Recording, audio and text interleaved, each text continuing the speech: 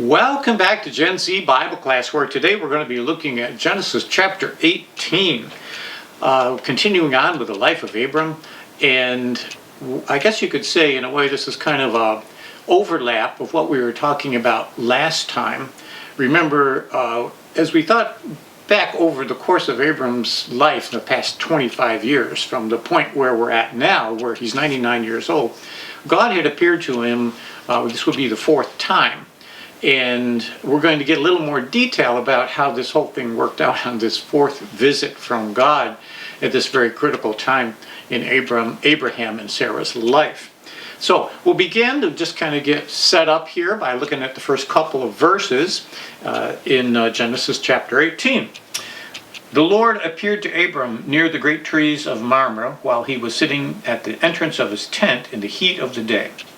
Abram looked up and saw 3 men standing nearby. When he saw them, he hurried from the entrance of his tent to meet them and bowed low to the ground. So, you get the setting. You know, the part about chapter 18 is it gives us all these details so that you can almost draw a picture that Abraham is just sitting there outside his tent, probably, you know, this kind of climate and this kind of, at this time in the world, you would stop your work in the morning and maybe take a little lunch break and just sit there while, during the hottest part of the day, just to kind of like a siesta sort of thing. So that would be, you can picture Abram sitting out in front of his tent doing that. And then you can also keep in mind the fact that it was very customary at that time for people to entertain strangers. There was no like Red Roof Inn or Holiday Inn for travelers to stay at. So it became kind of a custom of the day that you could go and find lodging at someone's house. And if you were somebody like Abraham that had a lot to offer, you would be open to doing that. And so these 3 strangers approach, and Abram immediately opens his arms to them. I think there's a good lesson in that. This whole thing about hospitality and being willing to share your stuff in your life with other people is an earmark of what it means to be a follower of God. In fact, there's a verse in Hebrews in the New Testament that talks about this very thing. Hebrews 13:1 and 2. Keep on loving one another as brothers and sisters. Do not forget to show hospitality to strangers, for by so doing, some people have shown hospitality to angels without knowing it. Well, now that's kind of an interesting thought, isn't it? But really, being able to share what is, this is an earmark of what it means to be a Christian, as, Abraham had that same quality in his life. He was open to sharing the things that he had. There's something different about these 3, though, these 3 strangers who show up. Because Abraham, it seems like he knew them, or at least he reacted to them as if he understood who they were, not just, some random strangers, travelers that were passing by his tent. Because it says he bows to the ground before them. And, Abram was like the head honcho in his family in that part of the world, in his little corner of the world there, near the oaks of Mamre. You can picture this ideal setting. So he wouldn't just bow down to anyone. And if Abraham bows down to someone, that means that there's something special about them. And we're going to come to find out that that's exactly the case, that 2 of these strangers were actually angels of God.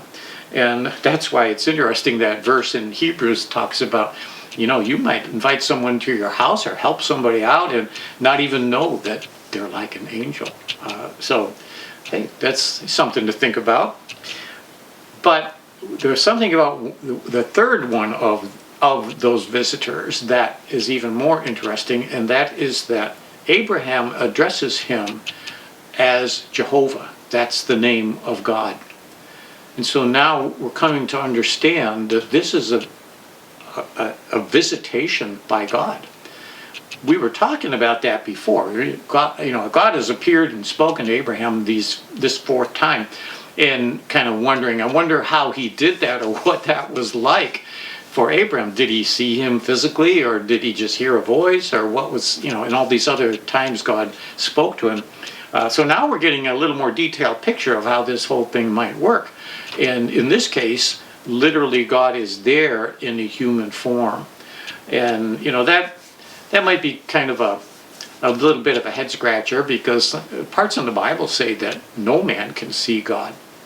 So what is this all about? And maybe this is another element to understanding the Christian worldview. But we do know, of course, that God sent his Son into the world, and we could see him, and we acknowledge the fact that Jesus is God. Now, for me to tell you I totally understand how the Trinity works, I wouldn't be telling the truth, because these are things that are kind of hard. I mean, I can sort of understand that I have three parts. I have a body, soul, and spirit. God is the Father, the Son, and the Holy Spirit. So there are some similarities there, but basically God can do whatever he wants to do. And many people feel that this was what theologians would call a Christophany. That is, that it was an appearance of Christ in the Old Testament. And this isn't the only time that's happened. So we'll just go with the fact right now that Abraham understands that this third person is God, because he addresses him as God. And he receives whatever God tells him as absolute truth. So basically what happens next is, and you can almost picture this, is he rolls up his sleeves and he says, we got to give these guys some serious attention.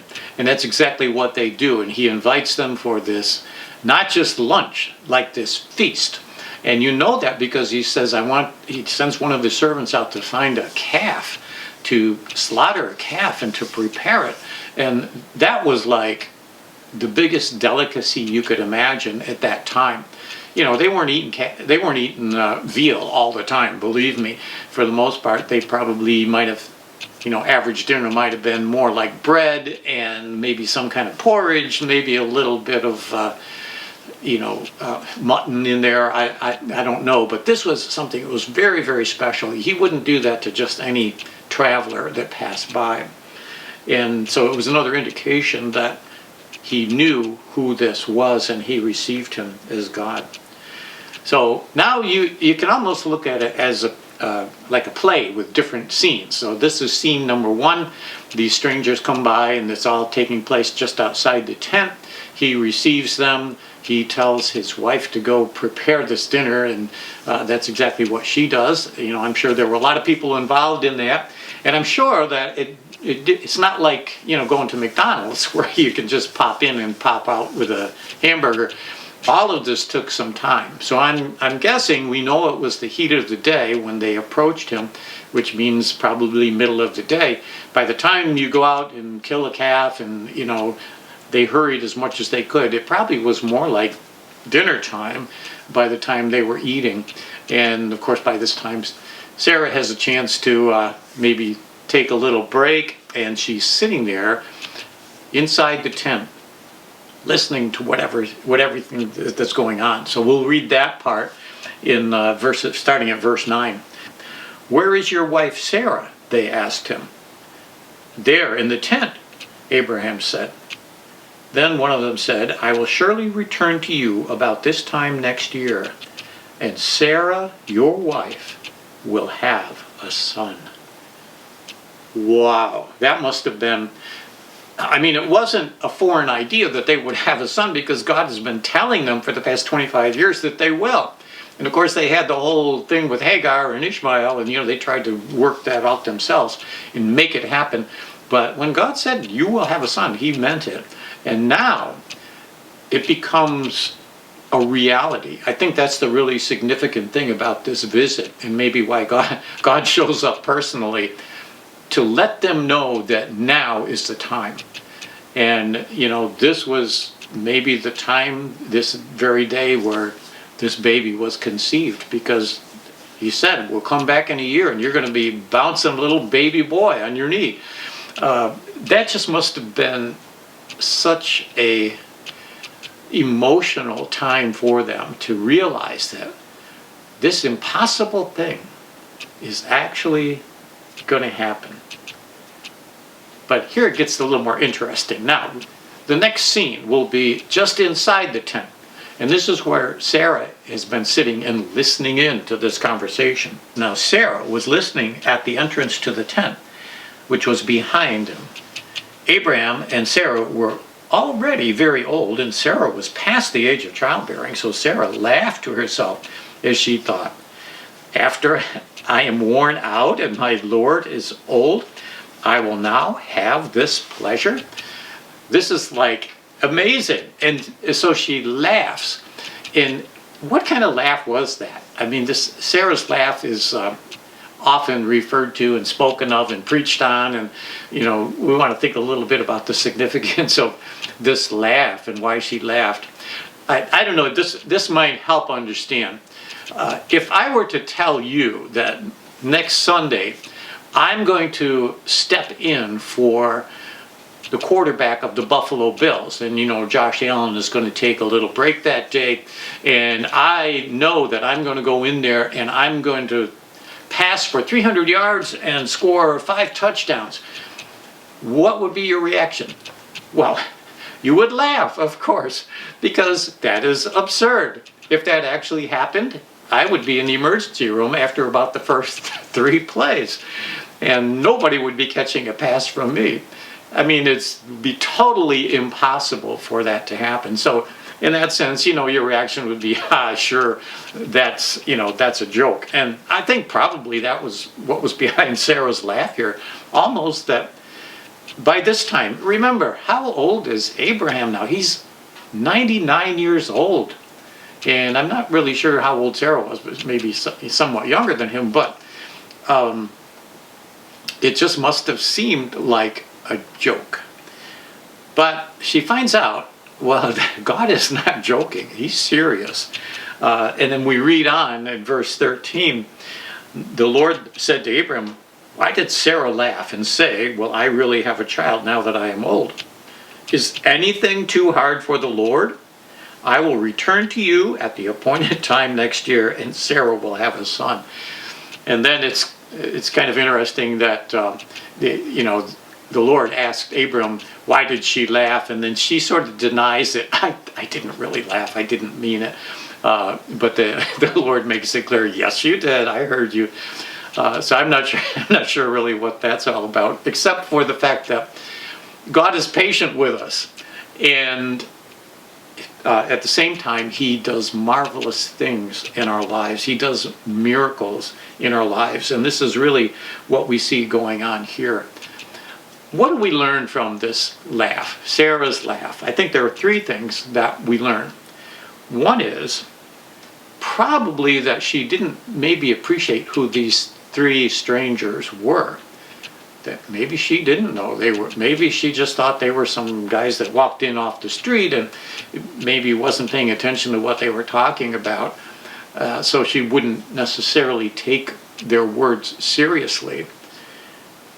I think also it shows us that she had totally given up hope that she would ever have a child. And I mean, that sort of makes sense, again, humanly speaking, we measure things by what we know is humanly possible. God has a little different idea about what's possible. But she had conceded the fact that this is not going to happen. I don't know why God was saying all this stuff and, giving us this hope, and now I can see it's just not going to happen. It's impossible for it to happen. I think that's one of the things that we learn from Sarah's laugh, and that she had just given up hope, and that she acknowledged the fact that this was humanly impossible. But, of course, we know with God all things are possible, and that's exactly what the Lord says here. Is anything too hard for the Lord? And of course the answer is no. He's the one who created us all, so he can do anything he wants. There's another interesting comparison here. Remember how we talk about how in the Old Testament very often it sort of foreshadows things that are going to happen in the New Testament? And this whole experience of a woman who hopes to have a child and is unable to shows up a number of times in the scripture, a few more times in the Old Testament. But one thing comes to my mind is a young girl who found herself given a promise that she would have a son. Maybe you can think about who I'm talking about. Maybe you can kind of get my drift here. And she is told she will have a son, and she's not married. And she's never been with a man. And she's got no plans to be with a man. Of course, we're talking about Mary. But this is what happened with her. We can read that part of the Christmas story in Luke chapter 1, starting at verse 34. How will this be? Mary asked the angel. I am a virgin. The angel answered, the Holy Spirit will come on you, and the power of the Most High will overshadow you. So the Holy One to be born will be called the Son of God. So you can see the parallels there. God was promising to Mary that she would have a son. And really, that was an extension of the promise that God had made to Abraham. That from you, there will come one who will bless the whole world, the whole earth. And of course, that is referring to Christ. So in just exactly the same way, God intervenes for Mary and miraculously brings about this birth, because we know that Joseph was not the physical father of Jesus, but this was something God did through his power in a miraculous way, so that Mary, we refer to the virgin birth, so that that does, that's kind of oxymoron, virgin birth. There can't be. It's something that doesn't happen in human nature. There has to be a husband. There has to be a man to be involved. But not so in the case of Mary, because God was doing something special. He was doing something miraculous when he sent his son Jesus into the world. And so how do we, I decided I'm going to chop this chapter into 2 sessions, because the next thing that happens gets into a whole nother story. We find that there's 2 reasons why these visitors came to see Abraham. One was to assure him of this promise, but we're going to find out that there was a whole nother thing that they were going to get involved in. So it was kind of a dual purpose to this visit that we're seeing here. But what do we want to take away from this? Remember, we're building a Christian worldview. We're trying to find principles that are universal, that still work today, that are timeless. And I would say there are two things I would take away from this, as I see what happened with Abraham and Sarah. And one is that God was there on a daily basis for them, to help them. That 25 years must have been kind of frustrating in a way, especially the longer time goes on and they don't have a kid. I know some people that have been praying about having a child, and it's not just guaranteed that you can. It's a blessing from God. But God is there to minister to us in terms of our daily needs.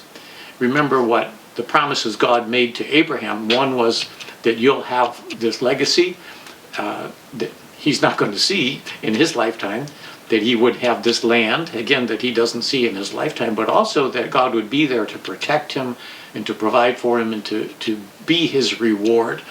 And I think that we can understand that same thing in our own lives, that God is there to help us and to strengthen us. In fact, there's a verse in Isaiah. This was a promise that was made to the children of Israel, but it applies to you and me as well, where God says, do not fear, for I am with you. His presence is with us, just like he was there with Abraham. Do not be dismayed, for I am your God. I am the one that is directing you and the one that you worship. And then it mentions 3 things that he does for us. And this is that, just in our daily life, on a regular basis. Number 1, I will strengthen you. Number 2, I will help you. And number 3, I will uphold you with my righteous right hand. So those are things that God does not just for special people like Abraham and Sarah, but he does it for each one of us as well. So he helps us with the daily things. But the second thing is he also helps us with the impossible things. And this was the situation that both Abraham and Sarah found themselves. Humanly speaking, there was not a way in the world they were going to be able to conceive a child. But when God steps in, some things that are not possible for us become possible.